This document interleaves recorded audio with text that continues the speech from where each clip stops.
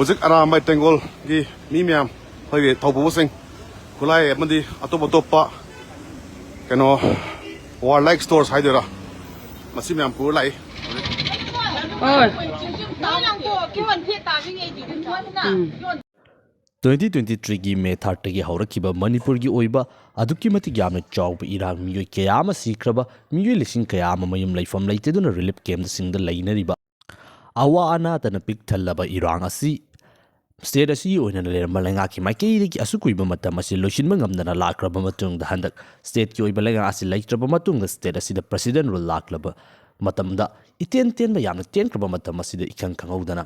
इरांग असि लोइसिनबगीदमक्ता मिफा मिपुलगी ओइबा combing operation की ओइबा थबक कयामा चथरबा मतुंगदा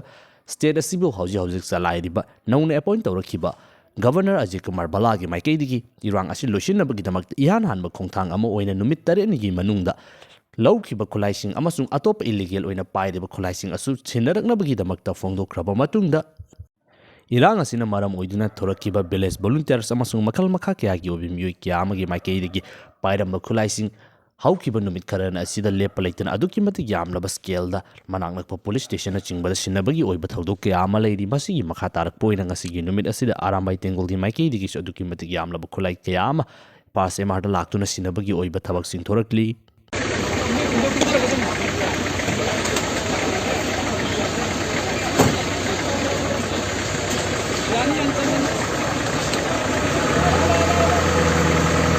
Loy kelan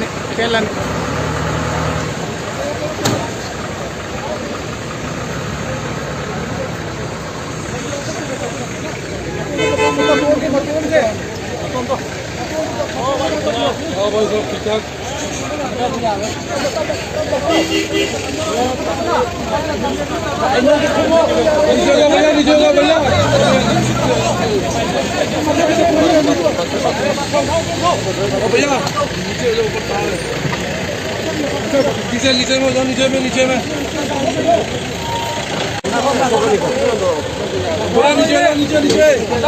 मखा कुंथो या रही है सिटी नीचे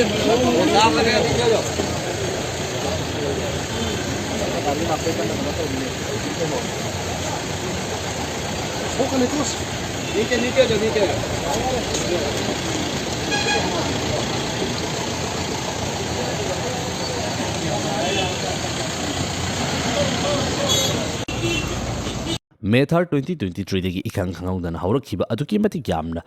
अवाबा नंक्रबा इरांग असि असुकुइबा कुगी स्टेट की ओइबा लेंगा अमा लैरिङै मतमदा कयारक हन्ना हंजिन होनबा तारगसु लोसिनबा ngamdana अदुमक लाखिबा इरांग असि हंदकि मतंग असिदा प्रेसिडेंट रुल हेक लाखिबा नोंमै कापा लेपा अमसुंग मसिगुमलबा इरांगसिंग असि हंथबता नतना खोलाइसिंग सबमिट तौरक्तुना लोसिनगनी हाइबगी ओइबा यामना कनबा खोंथांसिंग लौखलक्लिबा असिदा अचौबो वहंग कया अमा अदुमक थोरक्तबदि नत्ते इखंग खंगदना मे 2023 दा अचौबा इरांग अमा लाखरे खुलाई पाइबा कया अमा थोरक्तुना मियोय कया अमा हाटखरे तमथीना हाटपा कया अमा यावखरे युम कया अमा मै थादोक पीखरे लैफम लैतना कंगाउन चेनदुना लाखरे मदुगी मतुंग असुकुइबा ngasi फाउबगी ओइबा मतम असिदा security force aduki mati yamna thajinduna central security force CAPF amasung state ki oiba force kya sing asi laina irang asi lotion mangamdana matam ama hekta kamning ba mafam ama hekta aduma kaptun irang asi lakibani asukuiba matam asida nakal amana ngamra sungamdaba nakal amana ngamra sungamdaba nakal animaki oina lanthengna ba changliba polam sing adusu amata wattaba ngamthokna gi haibasu yadaba moong amada matam ama hekta irang hek nem tharakpaga mafam amada natraga amada hekta makhut thanaduna aduma irang thokpa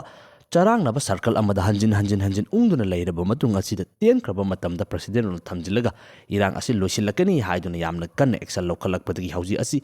kamnaba mi hat mi pungi oiba thabak sing asi yamna nemthakre losinbagi oiba mami adu yamna chawna urakli thakun hena irang thoklaba matungda awana kayama nangkraba matung asida hauji asina mu ikhang khangaudana lan haurakhiba adugumna ikhang khangaudana lan asi losilagani haiduna hanagumna ingching adumak laina bagidamakta chato chasin tawba yadaba asi charhanna bagidamakta khongthangsing lokhalakani hanagumna leiro haiba wapom ama thorakli ikhang khangaudana May 3, 2023 da thorakiba irang asi amuk aduki matik yamna misi mina yauna kraba yum lantum kayama ama ata thoktuna yum kai leiteduna uchik oyagumna kusien chendun leiba awaba punsi mahing marak asida matam kuina leiraba matung asida ikhang khangudana amuk irang asi losilagani hanagi punsi mahungda amuk hanjin hallagani haribasi karamba maongda hanjin gadoribano haibasi su yamna chawbo wang amadi oiri Methar 2023 dagi haurakhiba irang aduda miyamsingi maikeidigi khwaidigi yamna pena khidaba khwaidigi yamna taba fangba asi security force singi maikeidigi aikoidi order fangde aikoidi power yaude haibagi oiba wafam asini hairiba wafam sing asina maram oiduna action lokhatana leibana maram oiduna irang asi asuki mati yamna kuina chunthaduna lakhibani adubu asuki mati yamna kuiba matam asida order yaude power yaude haraga handaki matang asidana lusilagani haiduna telaba matam asida asuki mati yamna power pairakliba asi karigino State asigi oina leiramba Chief Minister gi security gi oiba convoy da fawba attack torpagi thawdo aikoina adumak taba fangkre ngasi irang asi losinaba gi damaktani haiduna security force gi maikei gi lokhalakliba khongthang thabak thawong sing asi asuki mati yamna kuiraba matam sing asi da praja miyam gi maikei gi ware losin biro haiduna hanjin memorandum pisanba kholaw lawba kaya ama darna tawba kaya ama tawba matamda kadi gi damakta asumna action lokhatuna irang asi losin khidabano haibasi yamna chawbu hangni Nakalamoromdana hauzik leiba asida president role lakliba asigi maru oiba maramni haiduna phongtokliba chief minister gi maikei gi resign tokibagi wafam amasung nakalap kaya amadagi chief minister asibu yade haibagi oiba wafam sing kaya ama phongtoknari masigi matangdasu khangba yaba hangba yaba wahang ama phongdoksege madudi hauji asi lengak semnabagi damakta wafam sing phongdokpa matamda media da kaida adumak loina tanaraba ngaktani amabu ogera high command gi maikei gi central leader gi maikei gi makoina silakpa aduni makoi gi maikei gi oina luchingba puthokpa natrakta makoina leiriba lenga asi sembagi oiba wafam thoidokna leite central leader gi oiba high command gi oiba wafam tadagadi karimata tawba ngamdaba miyamna vote biduna khankiba MLA sing asigi maikei gi Center gi maikei gi high command gi maikei gi mahakna luchingba oyu haiduna chabyungna leptuna mahak oihangani haiduna thamliba luchingba adugi mathakta lemhoriba kangmusing adugi maikei gi central leader na yariba adugi mathakta revolt tawba mahaki against thabak tawba ngamgadra haibasisu achoubu hang amani nakalamoromda state asi yoin adugi matik yamna kuina losinman naidan lerakliba irang asida KUKi Furuki makogi representative ni haiduna irang asibu maru oina lead tawduna chatkiba makogi oiba ITLF ko tu KUKi inpi na chingba organization kaya sing asigi maikei digi khwaidigi yamna chawna demand tawduna lakhiba wafum uma haiba taragadi state asida president rule thamba haibo demand asidi adubu handaki matang asida makoina pamliba adu fangduna hauji asi state asida president rule lakle tawbutabu president rule laklaba matungda makoina khalamliba makoina pamlamliba aduga tayona ba mong amadasu adumak uba fanglakli ngasi maksu Kangpokpi fauduna chatkinabagi oina National Highway 2 gi oina leiriba lambi asida lambi maida bunkers hajinduna kuki khulai paiba kaya amana mafam aduda thoktuna achat ausing check tawba amasung tax lawbagi oina leiramliba mafam aduda aganmada ikang kangudana Central Security Force kaya ama laktuna thugaibagi oiba thabak thawong sing laki madubu thingnabagi damakta honariba miyoi taruk phaba punbagi oiba wafamsu laiki thawdo adubu thingnabagi damakta phanakana honaba taragasu Security Force ingi maikei digi chathariba khongtang aduda apanba pirak pataragadi yamna kanba action sing lokhalakani haibadagi adumak namfuda adumak thabak sing adu tawkiba leiri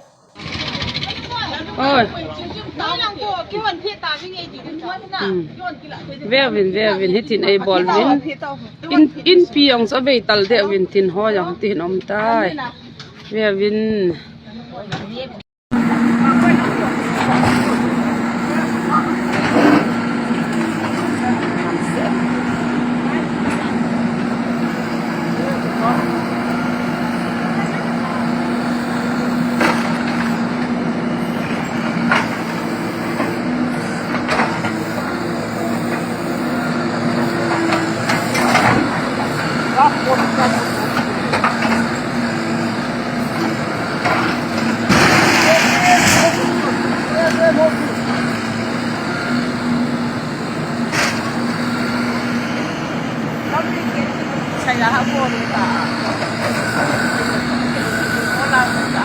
Hanadagi haunasu adumak tawduna lakiba handakima irang asidasu yamna kanna makoina chathakiba lalong ama haiba taragadi National Highway asi makoina control tawduna kholai paiba kaya ama chaksinduna asibu athingba piba khotpagi oiba thawong sing asini adubu hauji makoina pamjana demand tawkiba president rule asi lakraba matung asida highway singda makoina tawning tawba kholai paiduna achat au singda kihan khanganbagi oiba thabak thawong sing asidi yaraktabagi mami ama yamna chawna leirakli makoina yamna pamjana demand tawkiba president rule asi hauji state asida impose toraklaba matung asida ꯍꯥꯟꯅꯗꯤ ꯏꯔꯥꯡ ꯃꯔꯛ ꯑꯁꯤꯗ state ꯂꯩꯉꯥꯛꯀꯤ ꯑꯣꯏꯅ ꯂꯩꯔꯝꯕ ꯃꯇꯝ ꯑꯗꯨꯗꯗꯤ combing operation ꯆꯠꯊꯕ ꯃꯈꯜ ꯃꯈꯥ ꯀꯌꯥꯒꯤ ꯑꯣꯏꯕ ꯊꯕꯛꯁꯤꯡ ꯑꯗꯨ ꯇꯧꯔꯛꯄ ꯇꯥꯔꯒꯁꯨ ꯈꯨꯠꯂꯥꯏꯁꯤꯡ ꯑꯁꯤ ꯐꯥꯕ ꯉꯝꯗꯕ ꯑꯃꯁꯨꯡ ꯑꯊꯤꯡꯕ ꯄꯤꯔꯛꯄ ꯃꯇꯝꯗ ꯆꯪꯁꯤꯟꯗꯕꯒꯤ ꯑꯣꯏꯕ ꯊꯧꯑꯣꯡꯁꯤꯡ ꯂꯩꯈꯤꯕꯅꯤ ꯑꯗꯨꯕꯨ ꯍꯟꯗꯛꯀꯤ ꯃꯇꯥꯡ ꯑꯁꯤꯗꯗꯤ ꯈꯨꯠꯂꯥꯏꯁꯤꯡ ꯁꯔꯦꯟꯗꯔ ꯇꯧꯔꯛꯄ ꯈꯛꯇ ꯅꯠꯇꯅ ꯐꯥꯕꯒꯤ ꯑꯣꯏꯕ ꯐꯥꯒꯠꯄꯒꯤ ꯑꯣꯏꯕ ꯊꯕꯛ ꯊꯧꯑꯣꯡꯁꯤꯡ ꯑꯁꯤꯁꯨ ꯑꯗꯨꯃꯛ ꯂꯥꯛꯂꯤ ꯍꯧꯖꯤꯛ ꯐꯥꯎꯕꯒꯤ ꯑꯣꯏꯅ ꯃꯈꯣꯏꯒꯤ ꯃꯥꯏꯀꯩꯗꯒꯤ ꯑꯁꯨꯛ ꯀꯨꯏꯅ ꯐꯣꯡꯅ ꯑꯃꯁꯨꯡ ꯂꯣꯟꯅ ꯇꯥꯜꯂꯛꯈꯤꯕ ꯗꯤꯃꯥꯟ ꯀꯌꯥ ꯑꯗꯨ ꯏꯔꯥꯡ ꯂꯣꯏꯁꯤꯜꯂꯒꯅꯤ ꯍꯥꯏꯕꯒꯤ ꯃꯇꯥꯡ ꯑꯁꯤꯗ ꯊꯣꯏꯗꯣꯛꯅ ꯈꯟꯅ ꯅꯩꯅꯕꯒꯤ ꯑꯣꯏꯕ ꯋꯥꯐꯝ ꯊꯣꯔꯛꯇꯦ ꯁꯦꯟꯇ꯭ꯔꯦꯜ ꯒꯣꯚꯔꯟꯃꯦꯟꯠꯀꯤ ꯃꯥꯏꯀꯩꯗꯒꯤ ꯍꯧꯖꯤꯛ ꯐꯣꯡꯗꯣꯛꯂꯤꯕ ꯑꯁꯤ ꯍꯥꯟꯅꯒꯨꯝꯅ ꯑꯗꯨꯃꯛ ꯆꯪꯅ ꯆꯥꯟꯅꯗꯨꯅ ꯂꯩꯃꯤꯟꯅꯔꯣ ꯍꯥꯏꯕꯒꯤ ꯋꯥꯐꯝꯗ ꯏꯔꯥꯡ ꯑꯁꯤ ꯂꯣꯏꯁꯤꯜꯂꯔꯁꯤ ꯏꯪ ꯆꯤꯛꯄ ꯄꯣꯔꯛꯂꯁꯤ ꯍꯥꯏꯗꯨꯅ ꯑꯗꯨꯃꯛ ꯐꯣꯡꯗꯣꯛꯇꯨꯅ ꯂꯩꯔꯤ ꯃꯁꯤꯅꯤ ꯍꯧꯖꯤꯛ ꯃꯅꯤꯄꯨꯔ ꯍꯥꯏꯔꯤꯕ ꯅꯣꯔꯠ ꯏꯁꯇꯔꯟ ꯁ꯭ꯇꯦꯠ ꯄꯤꯛꯂꯕ ꯁ꯭ꯇꯦꯠ ꯑꯁꯤꯗ ꯏꯈꯪ ꯈꯪꯍꯧꯗꯅ ꯃꯦ ꯊꯥ 2023ꯗ ꯊꯣꯔꯛꯈꯤꯕ ꯈꯨꯠꯂꯥꯏ ꯄꯥꯏꯕ ꯀꯌꯥ ꯑꯃ ꯌꯥꯎꯕ ꯏꯔꯥꯡ ꯑꯁꯤꯅ ꯃꯔꯝ ꯑꯣꯏꯗꯨꯅ ꯃꯤꯑꯣꯏ ꯀꯌꯥ ꯑꯃ ꯁꯤꯈ꯭ꯔꯕ ꯃꯤꯑꯣꯏ ꯀꯌꯥ ꯑꯃꯒꯤ ꯂꯟ-ꯊꯨꯝ ꯃꯥꯡꯈ꯭ꯔꯕ ꯂꯩꯐꯝ ꯈꯪꯗꯅ ꯑꯋꯥ ꯑꯅꯥ ꯀꯌꯥ ꯇꯥꯔꯕ ꯃꯇꯨꯡ ꯑꯁꯤꯗ ꯑꯁꯨꯛ ꯀꯨꯏꯕ ꯃꯇꯝ ꯑꯁꯤ ꯂꯣꯏꯁꯤꯟꯕ ꯉꯝꯗꯅ ꯂꯥꯛꯂꯕ ꯃꯇꯨꯡ ꯑꯁꯤꯗ ꯏꯈꯪ ꯈꯪꯍꯧꯗꯅ ꯄ꯭ꯔꯁꯤꯗꯦꯟ ꯔꯨꯜ ꯁ꯭ꯇꯦꯠ ꯑꯁꯤꯗ ꯍꯦꯛ ꯂꯥꯛꯇꯨꯅ ꯈꯪꯍꯧꯗꯅ ꯑꯃꯨꯛꯁꯨ ꯏꯔꯥꯡ ꯑꯁꯤ ꯂꯣꯏꯁꯤꯜꯂꯒꯅꯤ ꯍꯥꯏꯗꯨꯅ ꯄꯥꯏꯈꯠꯂꯛꯂꯤꯕ ꯈꯣꯡꯊꯥꯡꯁꯤꯡ ꯑꯅꯧꯕ ꯗꯦꯕꯂꯞꯃꯦꯟꯠꯁꯤꯡ